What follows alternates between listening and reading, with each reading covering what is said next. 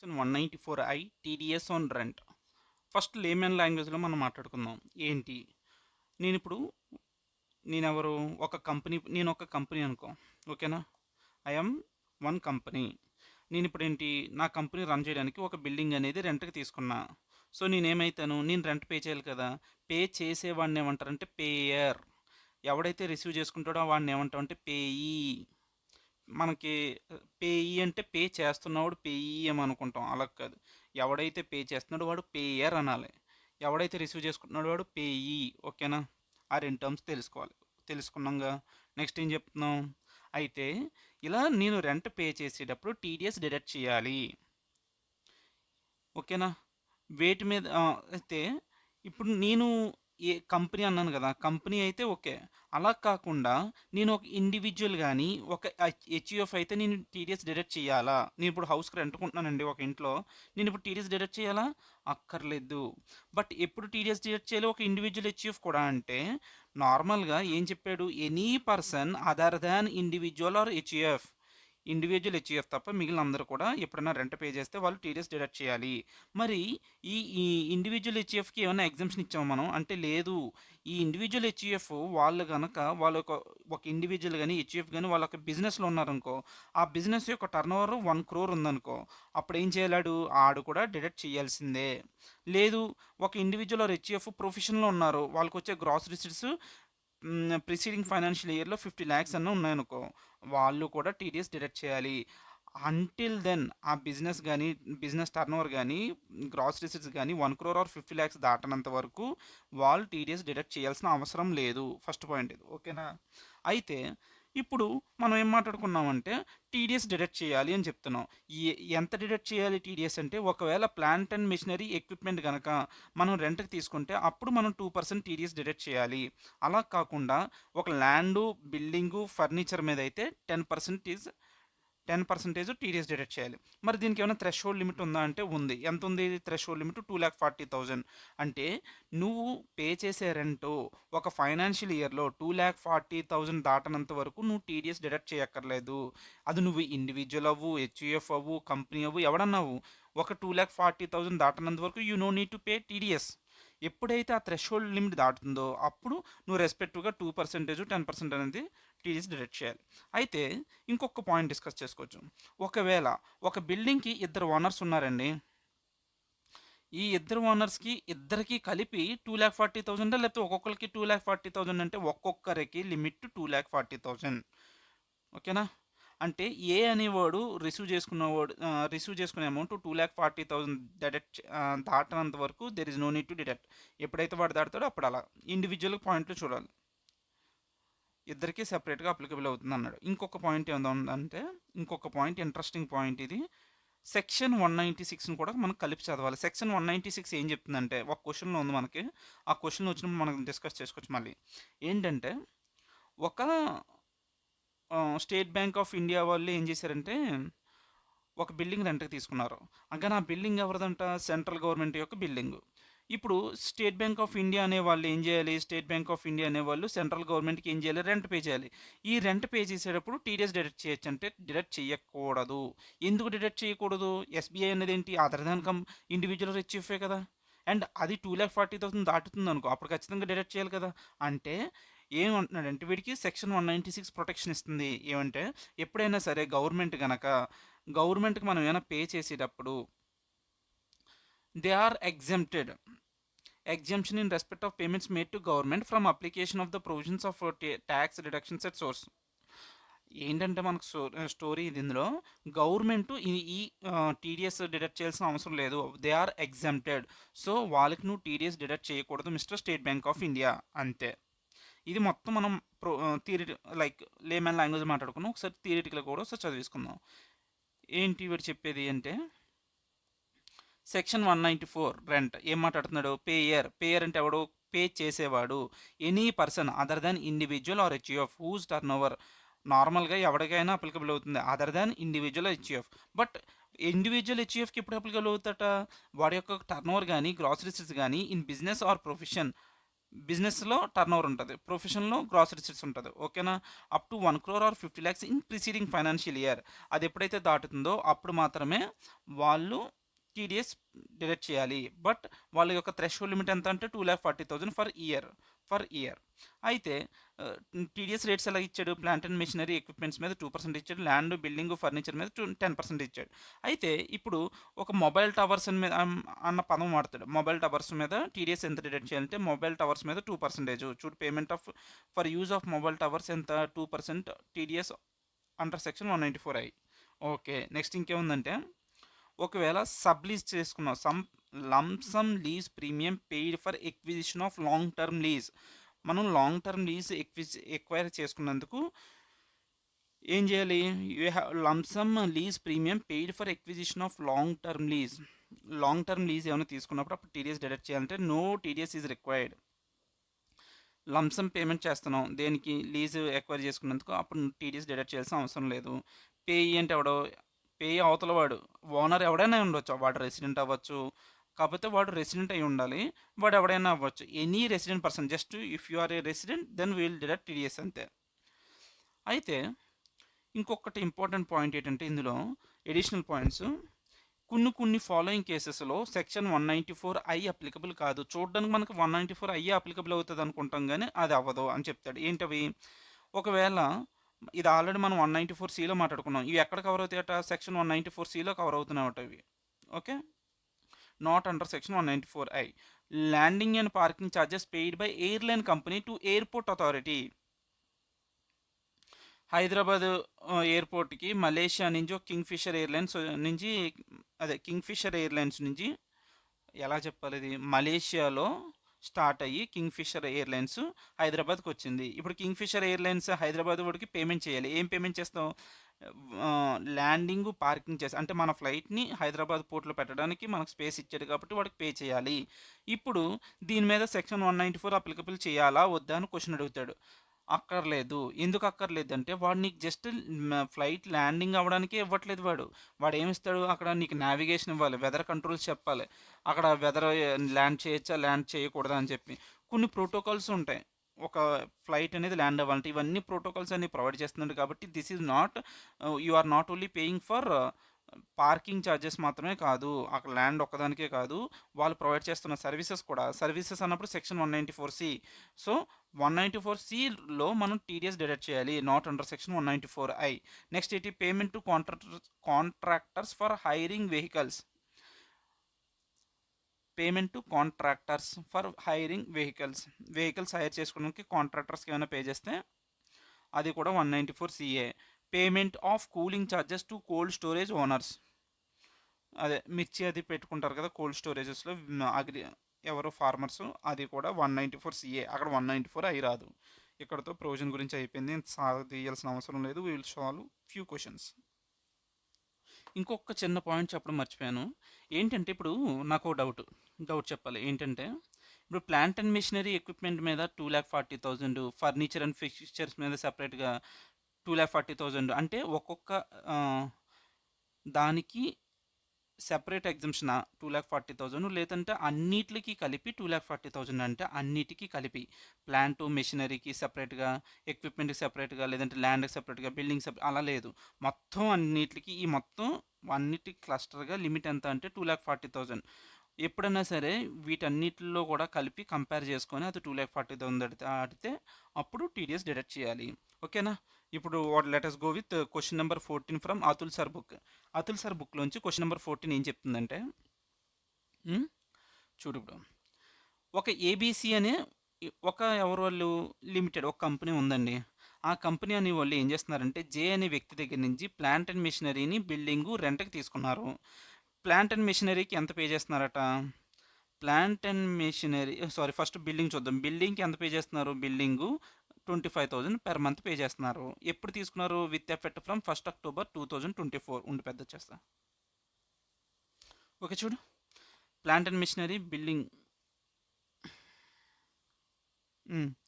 బిల్డింగ్కి 24,000 per month pay చేస్తున్నారు. ఎప్పటి నుంచి? 1 అక్టోబర్ నుంచి. అంటే వీళ్ళు బుక్స్ ఎప్పుడు హ్యాండ్ చేస్తున్నారట చూడు. Respective which were created to the account of J in it's books of accounts on 31st March 2025. అంటే అక్టోబర్ నుంచి మార్చ్ వరకు ఎన్ని months? October, November, December, January, February, March. అంటే 7 మంత్స్. 25,000 ఇంటూ 7 మంత్స్ ఎంత? 1,75,000 pay చేస్తున్నారు. ఆ తర్వాత ప్లాంట్ అండ్ మిషనరీకి ఎంత పే చేస్తున్నారట? 15,000 per month for hiring of machinery. ఇది ఎప్పుడు తీసుకున్నారో చెప్పాలి. అరే రే రే sorry sorry sorry sorry sorry my mistake. Building అనేది సెప్టెంబర్లో తీసుకున్నారు. బిల్డింగ్ సారీ, సెప్టెంబర్లో తీసుకుంటే September, October, November, December, January, February, March 7 months. So 7 మంత్స్కి 1,75,000. ఓకేనా? మెషినరీ ఎప్పుడు తీసుకున్నారు? అక్టోబర్లో తీసుకున్నారు. అంటే October, November, December, January, February, March 6 months. So 15,000 into 6 months 90,000. So రెండు కలిపితే ఎంత? 2,65,000. అంటే నువ్వు మనకేం అర్థమవుతుంది? అగ్రిగేట్గా రెండు కలిపితే 2,40,000 దాటేస్తుంది కాబట్టి ఎగ్జిబిషన్ లిమిట్ దాటేసింది. అప్పుడు ఎప్పుడైతే ఎగ్జిబిషన్ లిమిట్ దాటేసిందో, థ్రెషోల్డ్ లిమిట్ దాటేసిందో, దెన్ ఇది బిల్డింగ్కి అయితే 10% టీడీఎస్, దీనికి 10%, మిషనరీకి అయితే 2%. ఓకే, అంత టీడీఎస్ డిడక్ట్ చేయాలి. అంతేనా ఆన్సరు? అంతే, అయిపోయింది ఆన్సరు. చూడు, ప్రొవిజన్ రాస్తావు. ప్రొవిజన్ రాసేసిన తర్వాత ఇది ప్రొవిజన్ రాసిన తర్వాత ఏం చెప్తున్నాడు? ఈ రెండు థ్రెషోల్డ్ లిమిట్ దాటేసింది కాబట్టి 1,75,000 అనేది ఏంటి? బిల్డింగ్ మీద 10% అండ్ మిషనరీ మీద 2% టీడీఎస్ డిడక్ట్ చేయాలి. TDS under section is deduct 194 deductible అంతటా అంత. ఓకే, ఇదే నెక్స్ట్ క్వశ్చన్ నెంబర్ 15. ఈ క్వశ్చన్ ఆల్రెడీ మనం 194Cలో చేసేసాం. జస్ట్ ఇక్కడ ఒకసారి రివైజ్ చేసుకోవచ్చు అంతే, అంత డెప్త్ వద్దు. ఏంటంటే ఇక్కడ కామ్ ఎయిర్ లిమిటెడ్ అనే వాళ్ళు ఏం చేశారట? ఎయిర్పోర్ట్ అథారిటీ వాళ్ళకి 12 lakhs పే చేశారు. ఎందుకంటే ల్యాండింగ్ అండ్ పార్కింగ్ ఛార్జెస్ కింద ఇంత పే చేశారు. ఓకేనా? ఓకే. టీడీఎస్ వీళ్ళు ఎంత డిడక్ట్ చేశారంట? సెక్షన్ 194C కింద 2% డిడక్ట్ చేశారు. ఓకే. ఇప్పుడు అసెసింగ్ ఆఫీసర్ ఏమంటున్నాడంటే, అరే బాబు, నువ్వు సెక్షన్ 194I కింద నువ్వు 10% టీడీఎస్ డిడక్ట్ చేయాలి, నువ్వు 2% డిడక్ట్ చేసావు, నువ్వు చేసిన తప్పు అని చెప్పి అసెసింగ్ ఆఫీసర్ మన మీద కంప్లైంట్ రైజ్ చేశాడు. అయితే మనం ఏం చెప్తామంటే, మిస్టర్ అసెసింగ్ ఆఫీసర్, నేను పే చేసేది కేవలం దేనికి? జస్ట్ ల్యాండింగ్ ఛార్జెస్కే మాత్రం కాదు నేను పే చేసేది, అక్కడ ఇంకొంచెం వేరే వాటికి కూడా పే చేస్తున్నా. ఏంటంటే పే చేస్తున్నా? దేనికంటే landing charges, air lighting charges, approach and aerodrome. 1 second. సో మనం ఏం పే చేస్తున్నాం వాడికి? Landing charges, approach aerodrome control charges, aircraft parking charges, aero bridge charges and hangar charges, passenger service charges, cargo charges, ఇన్ని charges కలిపి నువ్వు pay చేస్తున్నావు. కాబట్టి ఇది సెక్షన్ 194I మాత్రమే. నువ్వు ఎలా అంటావు? అలా అనకూడదు. నువ్వు మిగిలిన సర్వీసెస్ కూడా ప్రొవైడ్ చేస్తున్నాం కాబట్టి మీరు సెక్షన్ 194C కింద డిడక్ట్ చేయాలి అని చెప్పి ఎవరిచ్చారు? సుప్రీంకోర్టు అనేది జడ్జిమెంట్ ఇచ్చింది ఒక కేసులో. అందుకనే ఇక్కడ 194I అనేది అప్లికబుల్ కాదు. ఇక్కడ అప్లికబుల్ అయ్యే సెక్షన్ ఏంటి? 194C. That is the answer. Next, Atul sir బుక్లోంచి, లేటెస్ట్ బుక్లోంచి క్వశ్చన్ నెంబర్ 32 చూద్దాం. ఇది కూడా దేని మీద? 194I మీద ఉంది. ఏంటంటే అంత సాగదీయకుండా ఆనంద్ అనే వ్యక్తి ఏం చేశాడట? అతను ఒక సోల్ ప్రొపరేటర్ అట. వాడి యొక్క బిజినెస్ టర్న్ ఓవర్ చెప్తున్నాడు. ఎందుకు చెప్తున్నాడంటే, ఒక ఇండివిజువల్కి ఎప్పుడు అప్లికబుల్ అవుతుంది? వాడి యొక్క బిజినెస్లోంచి వచ్చే turn over more than 1 crore ఉంటే వాడికి 194I అనేది అప్లికబుల్ అవుతుంది. వీడికి ఎంత దాటేసింది? 1 crore దాటేసింది కదా, అంటే వీడికి అప్లికబుల్ అవుతుంది. ఓకే. ఆడు మంత్లీ రెంట్ ఎంత పే చేస్తుంటే? దేనికి పే చేస్తుండే? ఆఫీస్ ప్రెమిసెస్కి మంత్లీ 15,000 అంట. అంటే 12 monthsకి ఎంత? 1,80,000 పే చేస్తున్నాడు. నెక్స్ట్ ఏంటి? ఫర్నిచర్ ఫిక్స్చర్స్కి ఎంత పే చేస్తున్నాడు? 6,000 into 12 72,000. So total 2,52,000 he is paying. So మనకు థ్రెషోల్డ్ లిమిట్ ఎంత? 2,40,000 దాటేసాడు. కాబట్టి నువ్వు furniture fixture and office premises అన్న బిల్డింగ్ సంబంధించే కదా, ల్యాండ్ బిల్డింగ్ సంబంధించింది. సో ఈ రెండిట్లకి కలిపి ఏ సెగ్మెంట్లో ఉన్నావు? 10% సెగ్మెంట్లో ఉన్నావు. సో టీడీఎస్ ఎంత డిడక్ట్ చేయాలి? నువ్వు 10% టీడీఎస్ డిడక్ట్ చేయాలి. That's it, done. ఇంకొక క్వశ్చన్ ఏంటంటే, ఇది క్వశ్చన్ నెంబర్, ఇది 192 సంబంధించింది. ఒకసారి ఇది కూడా చూసేద్దాం. ఎందుకంటే ఇది ఒకటి చేసేస్తే ఈ క్వశ్చన్ అయిపోతుంది కంప్లీట్గా. ఇది ఆల్రెడీ వేరే దాంట్లో కవర్ చేస్తాం. ఇది ఏంటంటే, గ్రాస్ శాలరీ ఎంత పే చేస్తుంది కంపెనీ ఒక జనరల్ మేనేజర్కి? 7,30,000. అయితే besides the company provides non-monetary perquisites to him whose value is estimated to be 1,20,000. Non monetary value ఎంతట? 1,20,000. సో ఇప్పుడు ఏం చేస్తాం? ఈ రెండు కలిపేయాలి. వీడికి 7,30,000 ఇది కలిపేస్తే ఎంత వస్తుంది వాడికి?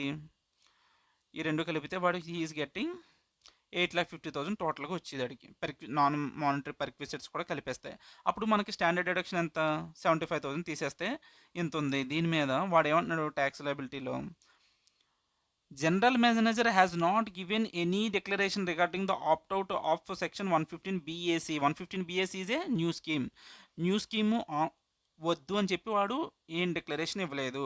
వాడు వద్దు అనలేదు కాబట్టి మనం ఏం చేస్తామంటే సెక్షన్ 115 BAC కిందే మనం వాడికి ఏం చేస్తాం, క్యాలిక్యులేషన్ చేస్తాం. ట్యాక్స్ క్యాలిక్యులేషన్ చేస్తే వాడికి ఎంత వచ్చిందంటే 28,600 వచ్చింది. ఎలా వచ్చిందంత అంటే ఫస్ట్ 3 lakhs అనేది ఎగ్జామ్టెడ్, నెక్స్ట్ 3 lakhs నుంచి 7 lakhs వరకు ఎంత 5%, నెక్స్ట్ అబౌవ్ 7 lakhs ఎంత ఉంది 75K ఉంటుంది. అంటే 4 lakhs into 5%, next 75K into 10%. ఈ రెండు కలిపితే ఎంత వచ్చింది ఒకసారి చూడు. 4 lakhs ఇంటూ 5% 20K, ఇదెంత 75,000 ఇంటూ 10% గివ్స్ మీ 7,500. రెండు కలిపితే ఎంత వచ్చింది 27,500. దానికి హెల్త్ అండ్ ఎడ్యుకేషన్ సెస్ అంతా 4% కలిపాం, plus 27,500 plus 4% gives you 28,600. So మొత్తం ఎంత వచ్చింది 115 BAC కింద వాడు కట్టాల్సింది ఎంత 28,600. So the company can deduct 28,600 at source from salary of the general manager at the time of payment. Salary pay చేసేటప్పుడు టీడీఎస్ కింద ఎవ్రీ మంత్ నువ్వు ఎంత డిడక్ట్ చేసుకోవచ్చు 3.69% డిడక్ట్ చేయొచ్చు అని నేను అనుకుంటున్నాను. The company can deduct 28,600 at salary at source from the salary of the general manager at the time of payment. అంతే కదా. సో వీడు ఏం చేశాడు, యావరేజ్ శాలరీ కనుక్కున్నాడు. ట్యాక్స్ ఎంత వాడికి టోటల్ వచ్చేది ఎంత 7,75,000. అంటే ఎవ్రీ మంత్ ఎంత డిడక్ట్ చేయాలో చూసుకున్నాడు. 3.69 శాలరీలో డిడక్ట్ చేస్తే అది సెట్ అయిపోతుంది అడిగి. Okay, done. మనం ఇందాక థియరీ మాట్లాడుకున్నప్పుడు ఒక ఎగ్జాంపుల్ మాట్లాడుకున్నాం కదా, ఏంటి, స్టేట్ బ్యాంక్ ఆఫ్ ఇండియా గవర్నమెంట్కి పే చేసేటప్పుడు టీడీఎస్ ఉండదు అని చెప్పి. దాని మీద ఒక క్వశ్చన్ ఉంది. Question number 33 from Atul sir బుక్లోంచి. పాయింట్ సి అనేది ఈ 194కి సంబంధించింది, 194Iకి సంబంధించింది. ఏంటంట, State Bank of India every month 50,000 pay చేస్తుంది. ఎవరికి, సెంట్రల్ గవర్నమెంట్ పే చేస్తుంది for building in which one of its branch is situated. అరే, సెంట్రల్ గవర్నమెంట్కి ఒక బిల్డింగ్ ఉంది, ఆ బిల్డింగ్ ఎవరికి ఇచ్చారు, స్టేట్ బ్యాంక్ ఇచ్చారు. స్టేట్ బ్యాంక్ ఎంత పే చేస్తుంది, పర్ మంత్ 50,000 పే చేస్తుంది. పర్ మంత్ 50,000 అంటే 12 monthsకి ఎంత అవుతుంది, 6 lakhs అవుతుంది.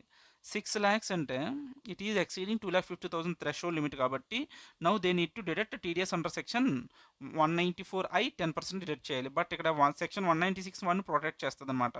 ఏం ప్రొటెక్ట్ చేస్తుంది సెక్షన్ 196(1)ని, బాబు గవర్నమెంట్ల మీద ఇది exemption in respect of payments made to government from application of the provisions of the tax deduct TDS నుంచి వాళ్ళకి ఎగ్జంప్షన్ ఉంది. So there is no need to deduct TDS. So no tax is required to be deducted at source by SBI from rental payments to government. That's it. Next, question number 45 from Atul sir book. అందులో point 2 అనేది, point 2లో 2 సెక్షన్లు ఉన్నాయి. ఒకటి section 194Cకి 194I. మనం 194C ఈ particular point అంతా 194Cకి సంబంధించింది. ఇది ఆల్రెడీ 194Cలో చేసేసాం మనం. ఒకసారి రివైజ్ చేసుకోవాలంటే ఏంటంటే, మనం మాట్లాడుకునేది ఎక్కువ 194I ఒకటే మాట్లాడతాను నేను. అది ఒకసారి రివైజ్ చేసుకోవడానికి ఏంటంటే, ఒక ఇండివిజువల్ అనేవాడు కన్స్ట్రక్షన్ చేసుకున్నాడట, ఫ్యాక్టరీ బిల్డింగ్ కన్స్ట్రక్షన్ 194C కింద కాబట్టి 194C కింద ఎంత 1% టీడీఎస్ డిడక్ట్ చేసాడు, అంతే ఆన్సర్. ఓకే, నెక్స్ట్ చూడు, ఇది 1% టీడీఎస్ మొత్తం 5 lakhsలో 1% అంటే 5,000 అంట. Okay, done. అయితే ఇక్కడ పాయింట్ ఏంటంటే చూడు, మళ్ళీ లలిత్ అనేవాడు ఒక ఇండివిజువల్, వాడి యొక్క బిజినెస్ టర్నోవర్ ఎంత 1.5 crores. అంటే మనకి ఏం చెప్తున్నాడు, ఇండివిజువల్కి నార్మల్గా అప్లికబుల్ కాదు, బట్ వాడి యొక్క business turnover more than 1 crore ఉంటే వాడికి అప్లికబుల్ అవుతుంది. రైట్. సో వీడికి టీడీఎస్ డిడక్ట్ అవుతుంది. రైట్. ఎంత, ఇప్పుడు మంత్లీ రెంట్ ఎంత పే చేస్తున్నాడంటే వీడు మంత్లీ రెంట్ ఫస్ట్ ఏప్రిల్ నుంచి 31st మార్చ్ వరకు, అంటే 1 ఇయర్ కంప్లీట్ డేటా ఇచ్చాడు. 16,000 పర్ మంత్. దేనికి? ఆఫీస్ ప్రెమిసెస్కి అయితే 16,000 పే చేస్తున్నాడు. అంటే 16,000 into 12 months 1,92,000 is paying per year.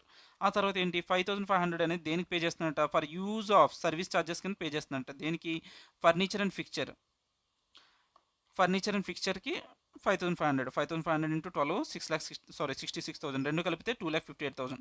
So 2,40,000 threshold limit దాటుతుంది కాబట్టి వీడికి ఎంత టీడీఎస్ డెడిట్ చేయాలి? ఎంత?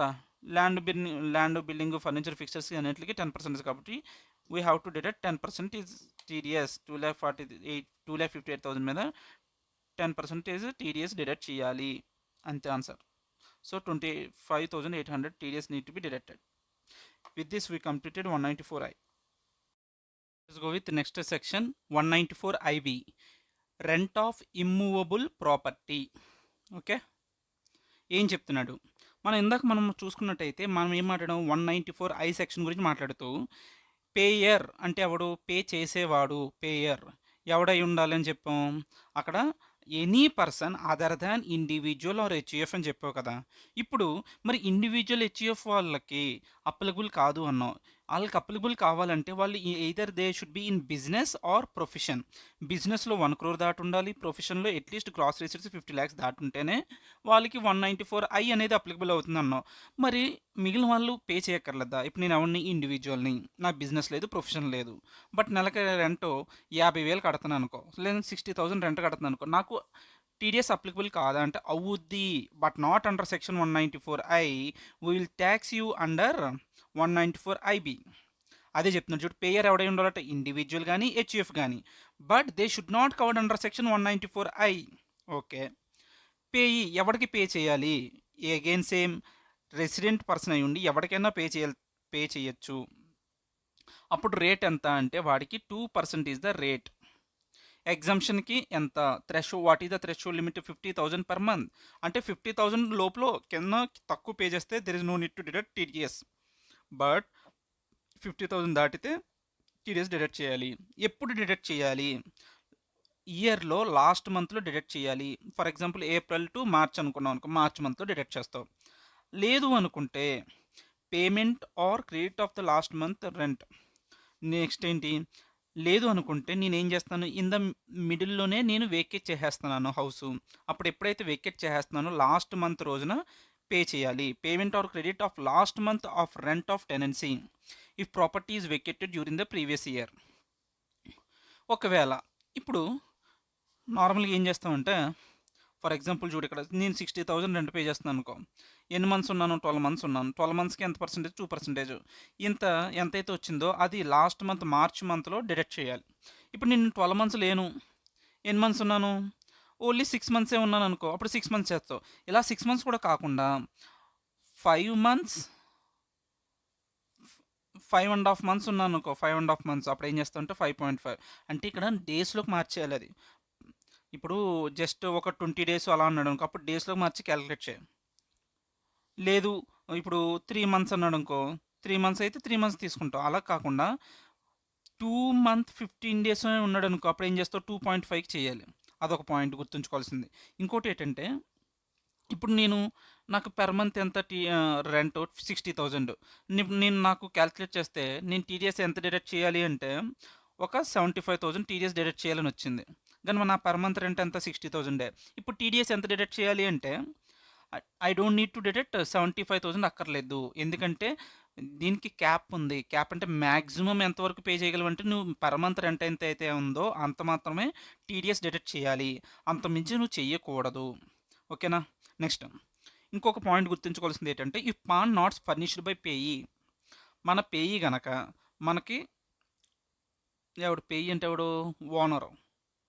పాన్ ఇవ్వట్లేదు అనుకో ఓనరు, నా పాన్ చాలా డీటెయిల్స్ ఉంటాయి, ఐ వోంట్ షేర్ అన్నాడు అనుకో, సరే అయితే నీ కర్మ అది. నీకు instead of deducting 2% I will deduct 20% TDS అని చెప్పి చేస్తాం. But maximum TDS is up to last month rent are vacancy month rent.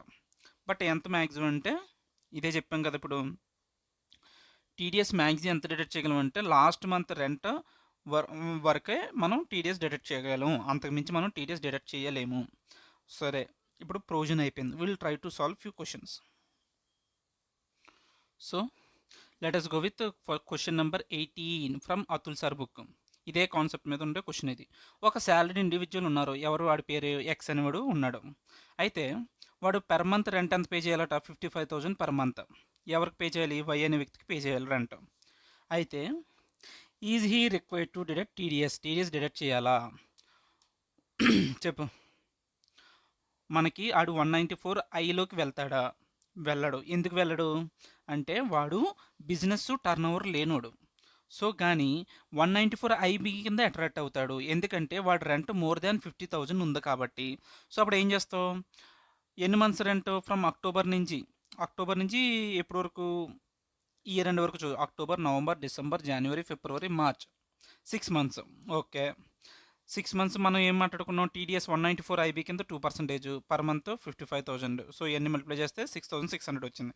ఈ 6,600 సారీ ఎప్పుడు డిడక్ట్ చేయాలంటే 31st మార్చ్న వాడు శాలరీ రెంట్ పే చేసేటప్పుడు, అంటే అంత 55,000 ఎప్పుడు? మార్చ్ రెంట్ పే చేయాలి. అందులో 6,600 తీసేసి మిగిలింది పే చేయాలి.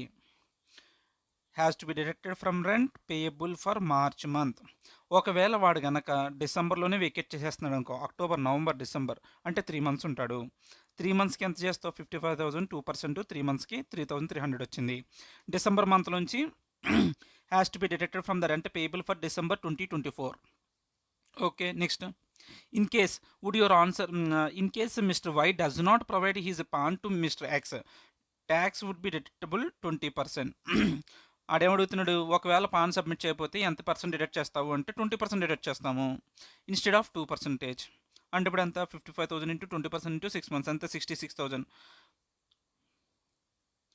ఇక్కడ చూడు, ఇది జాగ్రత్తగా అబ్జర్వ్ చేయ. పర్ మంత్ రెంట్ ఎంత? 55,000. బట్ ఇక్కడ ఎంత వచ్చింది? క్యాలిక్యులేషన్ ప్రకారం 66,000 వచ్చింది. అయితే ఇప్పుడు 66,000 డిడక్ట్ చేసేయచ్చు అంటే లేదు. మనకు మ్యాక్సిమం క్యాప్ ఎంతవరకు అంటే లాస్ట్ మంత్ రెంట్ ఎంతో దాంతో వరకే. అంటే ఇక్కడ ఎంతవరకు డిడక్ట్ చేయగలడు? 55,000 కంప్లీట్గా డిడక్ట్ చేయగలడు. Okay, would your answer be different? ఇంకోటి ఏంటి? ఫస్ట్ కేసులో అయితే. సెకండ్ కేసులో అయితే ఏంటి? 3 మంత్సే కదా. డిసెంబర్ తర్వాత October, November, December, January, February, March, 3 months. 3 మంత్స్కి ఎంత అవుతుంది? 33,000. సో ఇక్కడ 33,000 డిడక్ట్ చేయొచ్చు. ఏమైనా ఉందా డౌట్ ఇందులో? ఏం లేదు, చిల్లర క్వశ్చన్. ఇది question number 38 from Atul sir బుక్లోంచి. పాయింట్ 2 అనేది 194 ఐబీనే టచ్ చేస్తుంది. ఏం చెప్తుంది? సంతోష్ అనే వ్యక్తి వాడు ఏం చేశాడు? లెట్ అవుట్ హిజ్ ప్రాపర్టీ అనే మంత్లీ రెంట్ 60,000. ఎవరికి ఇచ్చారు? ప్రీతి, ఏ శాలరీ ఇండివిజువల్. ప్రీతి అనే అమ్మాయికి ఇస్తే ప్రీతి ఏం చేయాలి? ఇప్పుడు టీడీఎస్ డిడక్ట్ చేయాలి. ఎంత? ఎందుకు డిడక్ట్ చేయాలి? 194 అయ్యా 194 ఐబీ అంటే ఆవిడ ఇండివిజువల్, వాడికి ఏమిటి? బిజినెస్ లేదు, she does not have the business and profession. And 1,50,00,000 అనేది చూడకుండా ఏం చూడాలి? వాడిది పర్ మంత్ 50,000 దాటింది. సో 50,000 దాటిందంటే వీడికి టీడీఎస్ డిడక్ట్ చేయాలి. ఎంత? జనవరి, ఫిబ్రవరి, మార్చ్, 3 మంత్స్. 3 మంత్స్లో 15 డేస్ అంటే 2.5 మంత్స్. అంటే 60,000 ఇంటూ ఇది 60,000 into 2.5 months per month. TDS ఎంత? 2%. ఎంత వచ్చింది? 3,000. ఇది ఎప్పుడు డిడక్ట్ చేయాలి వాళ్ళు? మార్చ్ మంత్ ఎండింగ్లో పే చేయాలి. డిడక్ట్ చేసి అంటే టోటల్ ఎంత? 60,000లోంచి 3,000 తీసేసి మిగిలిన 57,000 పే చేయాలి. ఎప్పుడు? మార్చ్ మంత్ ఎండ్లో పే చేయాలి. Payable for March.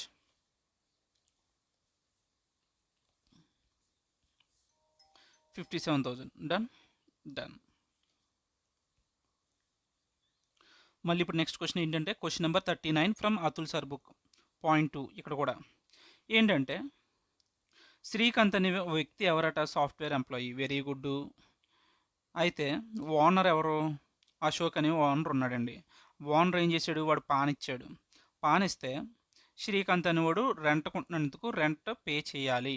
రెంట్ 194 కింద ఎందుకు 194 కింద ఎందుకు వెళ్ళదు అంటే వీడు జస్ట్ ఇండివిజువల్ హెచ్ఎఫ్కి 194 అప్లికబుల్ కాదు. అప్లికబుల్ కావాలంటే వాడు బిజినెస్ కానీ ప్రొఫెషన్ కానీ ఉండి దాని యొక్క టర్న్ ఓవర్ కానీ గ్రాస్ రిసీట్స్ కానీ 1 crore or 50 lakhs ఉంటే అప్పుడు 194 అనేది అప్లికబుల్ అవుతుంది. ఇక్కడ అది లేదు కాబట్టి 194 ఐబీ చెక్ చేసుకోవాలి. 194 ఐబీ ఏం చెప్పిందంటే పర్ మంత్ పే చేసేది మోర్ దాన్ 50,000 ఉన్నప్పుడే అట్రాక్ట్ అవుతుంది. ఇక్కడ 60,000 కాబట్టి అట్రాక్ట్ అవుతుంది. ఎప్పుడు పే చేయాలి? Either in the last month of the year are before last month of the wear vacate చేస్తున్న లాస్ట్ మంత్ తీసుకోండి. ఈ వెకేట్ ఎప్పుడు చేస్తున్నాడు? 28th ఫిబ్రవరి. అంటే 28th ఫిబ్రవరిన నువ్వు టీడీఎస్ డిడక్ట్ చేయాలి. ఎంత డిడక్ట్ చేయాలి అంటే ఎప్పటి నుంచి ఉన్నావు నువ్వు అక్కడ? అక్టోబర్ నుంచి ఉన్నావు. అక్టోబరు, నవంబరు, డిసెంబరు, జనవరి, ఫిబ్రవరి, 5 మంత్స్. 5 మంత్స్కి 60,000 into 5 months into 2%. Okay, 60,000 into 5% 2%. 60,000 into 5% into 5 మంత్స్కి 6,000 వచ్చింది. ఎప్పుడు డిడక్ట్ చేయాలి? Has to be deducted from the rent paid on 1st February for the month of February.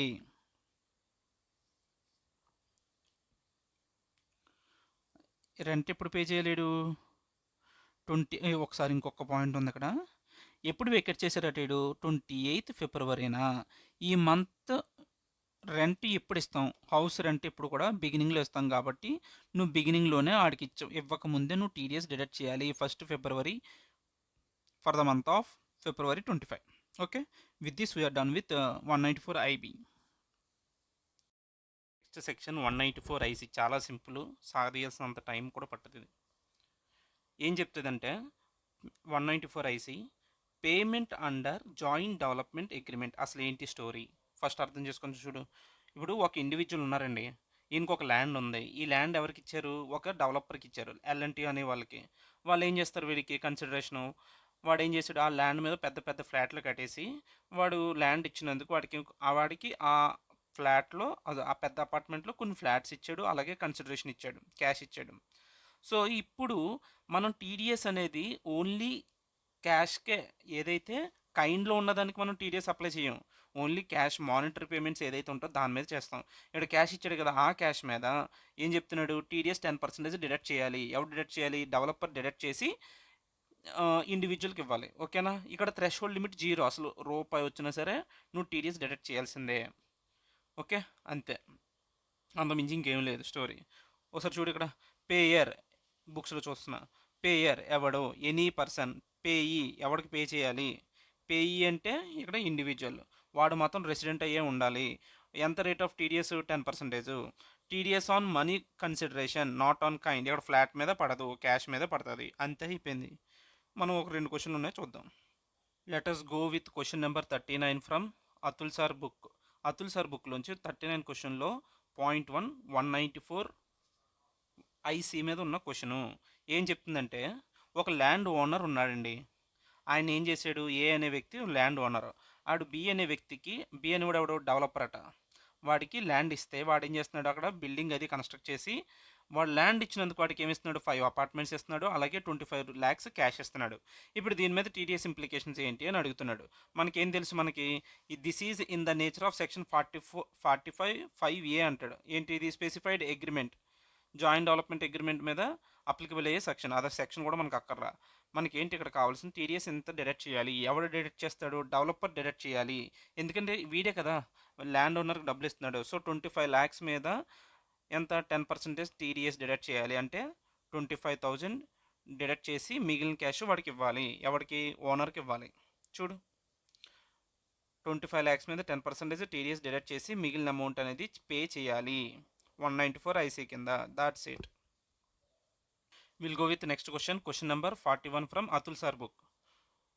First ఇది క్వశ్చన్ 194 ఐసీ మీద ఉన్న point number 2 ఏం చెప్తున్నాడంటే ఇక్కడ స్టోరీ.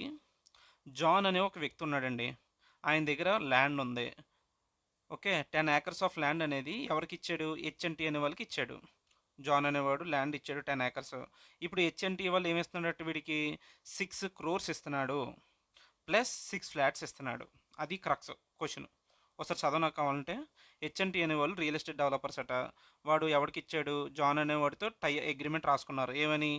జాన్ అనేవాడు, నువ్వు ల్యాండ్ ఇస్తే నేను నీకు కొంచెం 6 crores అమౌంట్ ఇస్తాను, దాంతోపాటు నీకేం చేస్తానంటే ఒకసారి అక్కడ పెద్ద అపార్ట్మెంట్ కట్టేసిన తర్వాత ఆ అపార్ట్మెంట్లో నీకు 6 flats ఇస్తాను.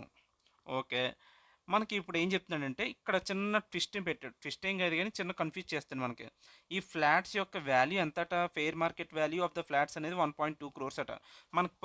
మనకి సెక్షన్ 194 ఐసీ ఏం చెప్పింది ప్రొవిజన్? బాబు, నువ్వు క్యాష్లో ఉన్న దాని మీదే టీడీఎస్ డిడక్ట్ చెయ్యి, మానిటరీ వాల్యూ మీదే చెయ్యి, కైండ్లో ఉన్న దాని మీద టీడీఎస్ డిడక్ట్ చేయాల్సిన అవసరం లేదు. ఇక్కడ కైండ్ 6 ఫ్లాట్స్ కైండ్ కాబట్టి అది అసలు దాని మీద ఇంక పట్టించుకోక ఈ పాయింట్. మనకి ఎంత క్యాష్ ఇస్తున్నాడు 6 crores. 6 crores మీద 194 ఐసీ ఎంత డిడక్ట్ చేయమని చెప్పింది 10%. సో 10% డిడక్ట్ చేస్తే ఎంత 6 crores మీద 10% అంటే 60 lakhs వస్తుంది. ఆ 60 lakhs అనేది హెచ్ఎన్టీ అనే వాళ్ళు డిడక్ట్ చేసి మిగిలిన అమౌంట్ జాన్కి పే చేయాలి. That's it.